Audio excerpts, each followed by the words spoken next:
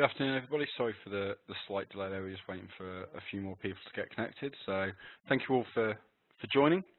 My name is Craig Lodzinski. It does say that Adam Luke is presenting. He's not. I've just stolen his WebEx account. So I'm a Chief Technologist here at Softcat as part of our Office of the CTO, so work very closely alongside Adam as part of our team. And I've been helping lead our investigation or review into the Petya app, various myriad names that it's been given as a ransomware incident that occurred yesterday. I'm going to try and run you through a presentation based on kind of the landscape, what actually occurred yesterday, some details on a fairly high level, and then following that I've got a few slides that dig a little bit deeper into the actual technical aspects before we wrap up. We do have a Q&A box here as part of the presentation. I'll try and answer as many questions as I possibly can at the end. So if you want to pop questions in there whilst I'm presenting, I'll get to those at the end of the presentation. So hopefully this should all work now. So first slide here, we've got talking about the infection landscape. So as you may know from the news, we've had a significant attack, with most of these attacks occurring in Ukraine. So around about 60% of reported infections from this ransomware have occurred in Ukraine, and we believe that this was a targeted attack, and the infection vector that was used specifically targeted the Ukraine. So I just had some feedback. Can we all see the presentation here?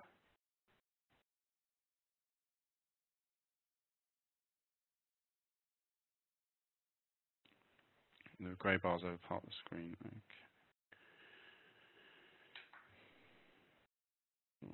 Okay, I'm just going to quickly exit the presentation and then go back, because I think there's a few issues with the slides. So exit those. Okay, hopefully that should have solved it. Okay, fantastic. So sorry about that. Where was I? So in terms of the there we go. Close that. Right. Cool. Hopefully that solved it. So in terms of the threat landscape, as I was saying, so we've had some attacks mostly targeted around Ukraine, but also some collateral damage across the Russian Federation and then across Western Europe, some organizations in the US, and as well as some in South and Central America. As far as we're aware, this is mostly collateral damage from the targeted attacks at Ukraine, and the attack vector that was being used targeting companies that operated in Ukraine with that software, as well as those with interests within the country. So as an overview, yesterday around about 10 to 10:30 GMT, there was a breach of a number of organizations in Ukraine. This occurred across both corporate entities and government, including the central government of Ukraine. And we believe that the main attack vector for this was the accounting software called MeDoc. Now, the guys at MeDoc have strenuously denied that after the first message on their Facebook, which actually said our server has created a virus. That was swiftly withdrawn, and they are now strenuously denying this. But why any organization would accept potential liability for this would explain perhaps the strength of their denials. However, the intelligence that we have in the heuristic analysis and telemetry from areas such as Microsoft and Cisco Talos both point to the MeDoc accounting software being the core vulnerability for this. Now, similarly to the WannaCry ransomware outbreak that we saw previously, it uses a pair of vulnerabilities that were attacking the SMB vulnerabilities within Windows that were released from the NSA Shadow Brokers dump, which are Eternal Blue and Eternal Romance. But also, in addition to that, there was a credential dumping tool in there called LSA Dump.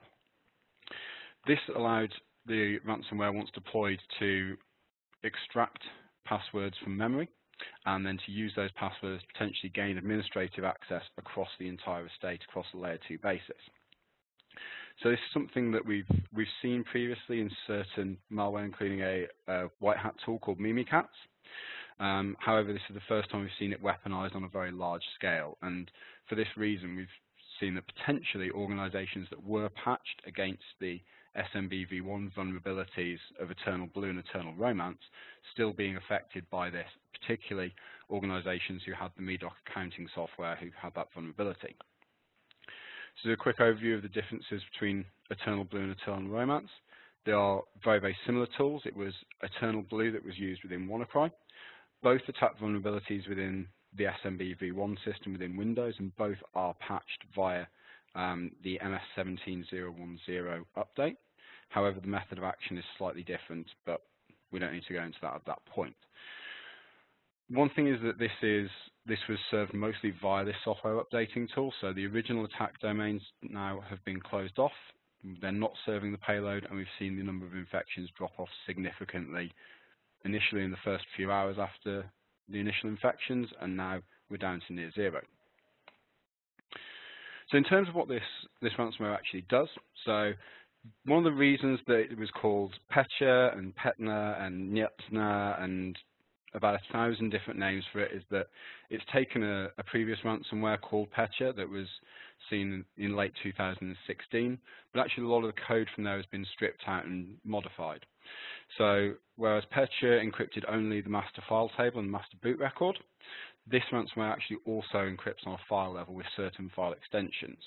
And one of the reasons that we suspect that it is targeted specifically at corporate and government entities is that a lot of the file extensions it's targeting are VMDKs, tar files, VBS files, corporate commercial software type files, rather than JPEGs, MPEGs, .mov that would be more used to a consumer targeting ransomware to encrypt people's family photos, etc.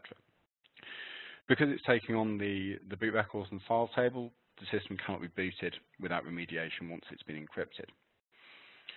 It says here as well, it was able to automatically spread without the user intervention. This is through either the SMB vulnerability that we discussed before, or using WMI and PSExec, taking those elevated credentials from Windows and spreading across the layer 2 domain.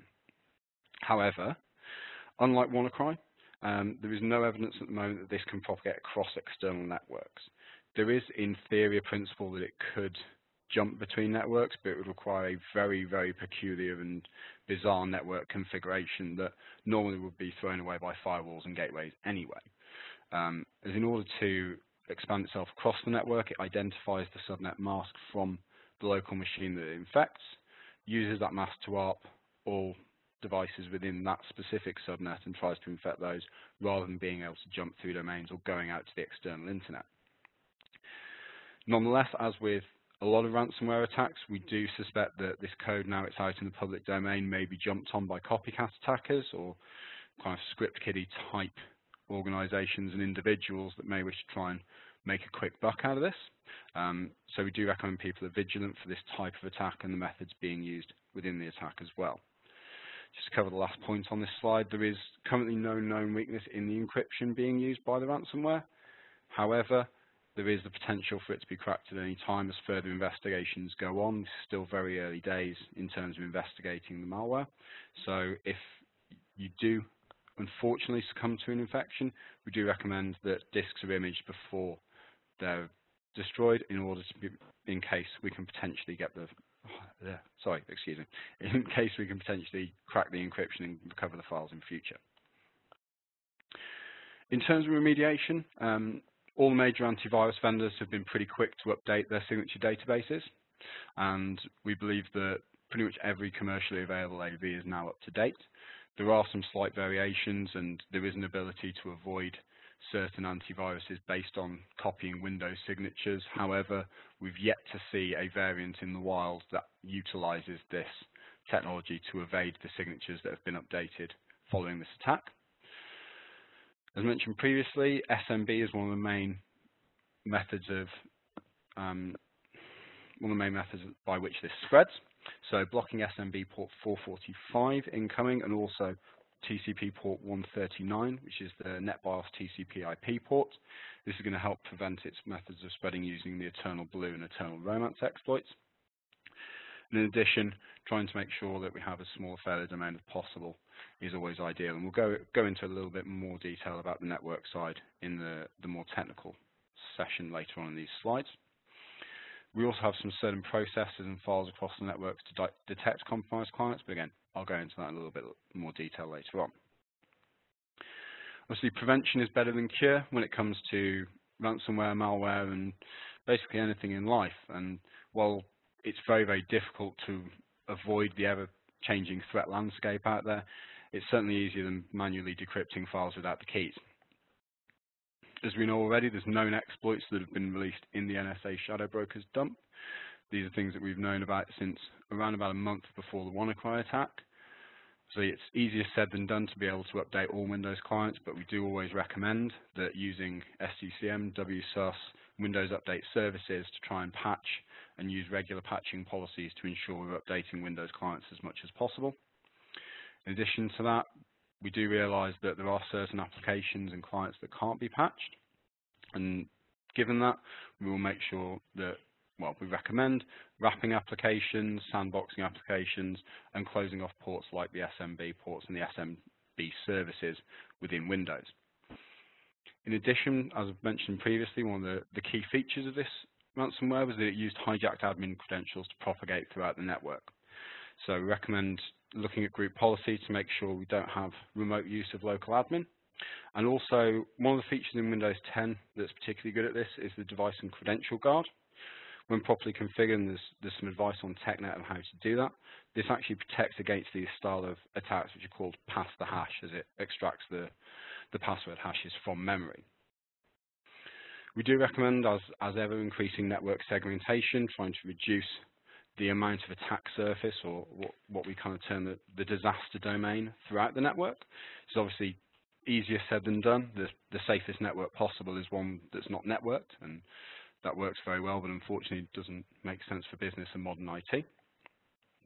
And in addition, we've seen some great success both with WannaCry and this Petya ransomware from next generation AVs, so those that use machine learning, extensive heuristic analysis, as well as virus signatures to try and identify these malicious software a lot quicker than traditional signature-based AV.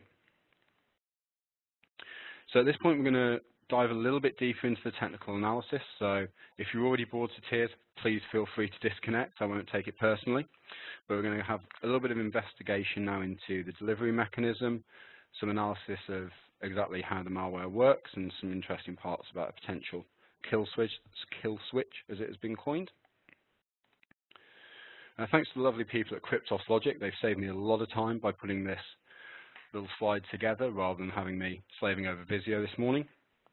As you can see here on the left-hand side, we have the two alleged infection vectors, email and the hijacked update services. Now, while it's perfectly possible to package this ransomware into email and use traditional attacks within vulnerabilities in Microsoft Word and Office, for example, we don't believe that this was the main infection route. To all intents and purposes, we believe that almost all infections have come from this hijacked update service to the MeDoc accounting software before it has then used its propagation techniques to move rapidly across the network. As you can see, there's two scenarios here. So scenario one is perhaps a more traditional phishing attack where the software is going onto an unpatched Windows desktop. It installs its DLL and drops the LSA Dump, the Mimikatz software, which is collecting those credentials, and will then try and spread either via the Eternal Blue and Eternal Romance SMB vulnerabilities, or using WMIC and PS exec, using the credentials that it's collected from the LSA Dump. As you can see there in scenario 2, one of the big potential risks here is going onto a Windows domain controller. A lot of software, if you read through the configuration installation guides, often the best practice that they recommend is to give it domain admin credentials. This is often referenced within software packages, but it can be very dangerous. It gives access to the domain controllers, you can see here, and this software was using the DHCP API within Windows to try and access domain controllers on the same layer 2 network. From there, it can access domain admin credentials and take over the entire network, even those that have patches against the SMB vulnerabilities in MS17010. Going a little bit deeper, as we've mentioned a few times here, the MeDoc accounting software, it's one of two software packages that's recommended or specifically mandated if you want to pay tax as a corporation within Ukraine and to the Ukrainian government, and is the most popular there. And we do believe that this was a targeted attack against either one or multiple targets within Ukraine, although this is, of course, early days. We said the software has a built-in update function that phones home out to the clear internet to this URL here, upd.medoc.com.ua. And around about 10:30 a.m. yesterday, the software update service was compromised and a new update was placed in there with its own legitimate hash value. This was then pulled down by the servers that were running MeDoc, and from there, the attack snowballed. One of the first things it does is runs the run-dll32.exe, and this is one of the things that we've used to create the potential kill switch, as it's been termed, although this kill switch differs to WannaCry, and we'll go into that in the next slide. But once it does that, it then goes out and attacks the network, trying to find any open ports across TCP 139 and 445, which is the Eternal Blue and Eternal Romance exploits for SMB. And from there, it's trying to ping the entire layer 2 network. We said it can't jump across layer 2 domains, but it will potentially infect the entire thing.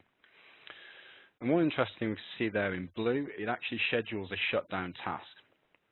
So whilst it does infect and encrypt certain file extensions whilst it's actively installing, it doesn't encrypt the master file table and master boot record until the machine is restarted. Upon restart, it displays a fake check disk message, and all the intelligence we have suggests that if the machine is shut down before that check disk completes and the ransom note is displayed, you are able to mount that disk, not boot from it, of course, which will complete the encryption task, but you would be able to mount that on a separate system using a live CD or USB, or by connecting it to a secure system to mount it, and recover the files that haven't been encrypted. So I alluded to a kill switch, and this is different to the kill switch in WannaCry. WannaCry, of course, got a lot of press about the kill switch that Malware Hacker Blog managed to find, sorry, Malware Tech Blog on Twitter, managed to find the URL in there that was phoning home. This software does not phone home out to the internet to do checking. It's checking internally within its own file system, like a lot of malware, by changing the individual system to make it think that it's already installed, it's already running on the system. It will not install. So we can see highlighted in green, we've got some searches for specific Windows file paths, and it's the perfc.dat and perfc.dll files that it checks for and drops. And by having the perfc files within the Windows system, this will not actually execute the malware if it finds it. So on the right-hand side of the screen, we've got the group policy editor. So it's just an example of an easy way to deploy this deploy the file out into the Windows environment and prevent this as a bit of an insurance policy.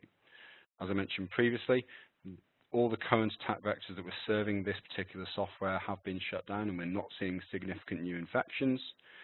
And also, any copycat attacks may well change this file checking mechanism. However, if you're looking for an easy shortcut, an easy way as a little bit of an additional insurance policy, this would be a good way to drop that perfc file out to the Windows environment. There's also a few PowerShell scripts floating around that I'm happy to share with you that are able to do this en masse. Finally, sorry, I just had a question there from Mike Rooms. Yes, absolutely. If you create the wildcard file, so just perfc into the main Windows directory without the file extension, this will also do it. It's only checking for the main perfc note. Thank you for that.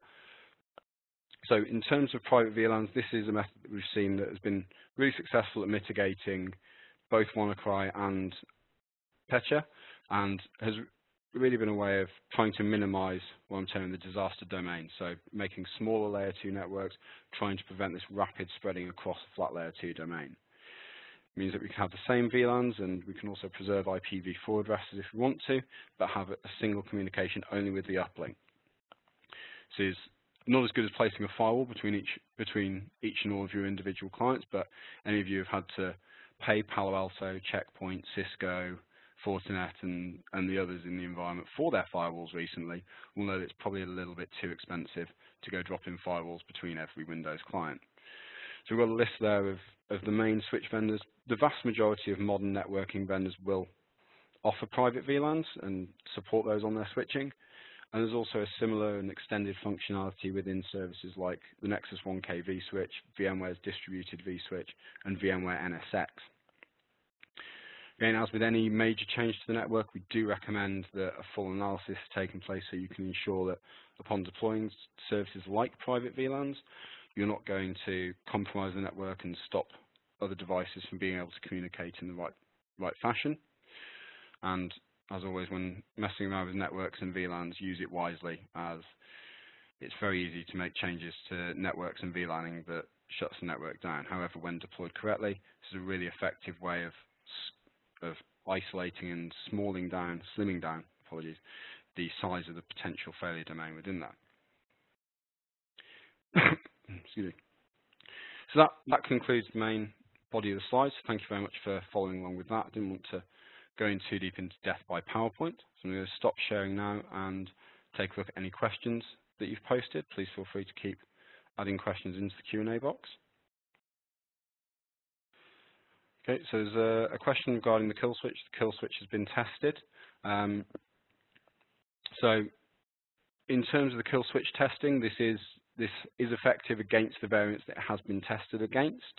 There's been extensive testing. I've tested it on my own sandbox, but also there's different testing that's been carried out by security researchers, and this is effective, but as I mentioned, only against this specific vulnerability within Petya where it's testing. Anybody could potentially modify this ransomware in order to change it around and remove that kill switch. So another question in terms of defense against the LSA dump attack. So there is functionality within Windows 10, as I mentioned, to prevent this credential scanning, and that should be available within the Windows Server 2016 binaries as well. In addition to that, preventing or using group policy to prevent the use of admin credentials, local admin credentials being used remotely, and also trying to make sure that we're not hard coding global admin credentials within software.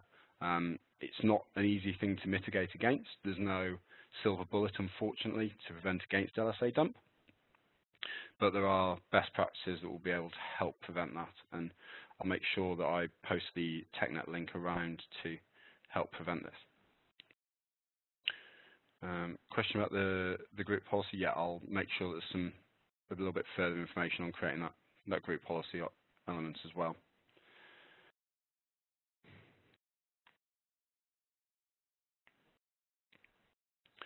So,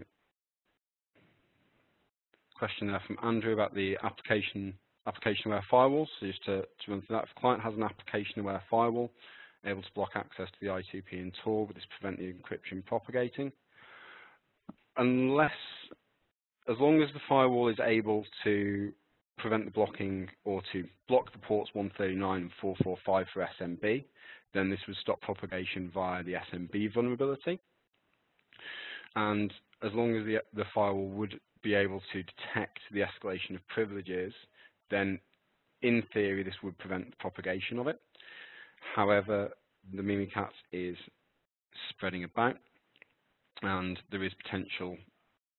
Sorry, that's very, very poorly phrased. I'll rephrase.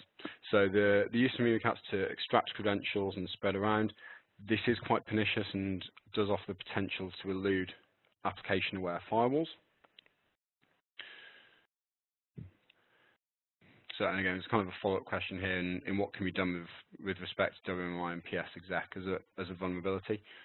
There are some best practices around that. It's a bit lengthy to go into, and I don't have them in front of me. I don't want to give the wrong information out, but I will when I send these out, and I'll make sure that I include all the best practices we have at present to help mitigate the attack surface. There's nothing that will hard and fast remove that, because these are tools encoded within Windows. But definitely, I'll send out as much information as I possibly can around that. So another question here about if there's any need to stop emails from infected clients. There is no propagation mechanism within the Petya, call it what you like, ransomware, that actually sends this package out via email. The only propagation methods in there at present are via the SMB vulnerability and via the use of LSA dump to escalate privilege and go across the network. So as far as we're aware, there's no need to stop the emails. However, if it has been infected, we do recommend taking it off the network immediately and shutting it down, because it propagates via the network, and therefore, as long as it's still on the network, there is a significant attack surface that will be able there to go and attack. Another question about is any Windows OS in the current market really protected for these known variants of ransomware? Oh, come on, we're a massive Microsoft partner. You can't put me in that position. I would say that Windows is pretty well hardened. A fully updated and up-to-date modern version of Windows is very well protected. However, Microsoft Windows is like a fantastic house in the middle of a crime-ridden area with bars on the windows and 5 locks on the doors. While it's very secure, it's still very popular, and due to the fact that pretty much every enterprise and individual in the world uses Windows in some way or another, there's an awful lot of people going after it. And especially when we have organizations like the NSA actually deliberately finding and weaponizing vulnerabilities within Windows and not disclosing these to Microsoft in order for them to be patched, there is a significant attack surface which is mutating and changing on a daily and hourly basis. So whilst I would say a modern, up-to-date and fully patched version of Windows is very secure, I can't say that there's any one system, whether Windows, Linux, Unix, Mac, that's truly protected against ransomware, because saying that something's protected is really taking very much a point-in-time shot, as it's a constant battle against people who are changing and modifying these ransomware codes. There's a question here from Aaron about separating out the network using VLANs. How best to stop a server which needs to be accessible across all VLANs. So you can use private VLAN to give multiple VLAN access. This is a functionality VMware distributed vSwitch does support private VLANs. Failing that, there is also potentially the use, if you require a really hardened environment across multiple VLANs, you would potentially want to look at something like VMware NSX, where you can start putting in stateful layer 4 to layer 7 firewalls, actually embedding those into a VM kernel level. Hopefully that answers that. It's a bit of an open question, but hopefully that answers. It's a question from Paul: does the perf file need to be read-only to work as the kill switch? All the testing that I've done is as a read-only file. So I'm not 100% whether it definitively needs to. As far as I'm aware, it only checks for the file path rather than the privileges. However, I can't 100% confirm that, as I've only tested it based on read-only.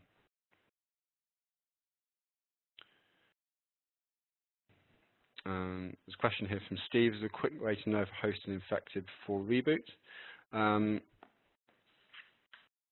So let me go back to the slides. So there is, in fact, yes, sorry, trying to read through a bundle of notes. So Steve, yes, there is a routine that it runs. It actually runs a shutdown routine. So the ransomware, first of all, locks up certain amounts of files with certain file extensions, but only actually encrypts the master boot table, master file table upon the system rebooting.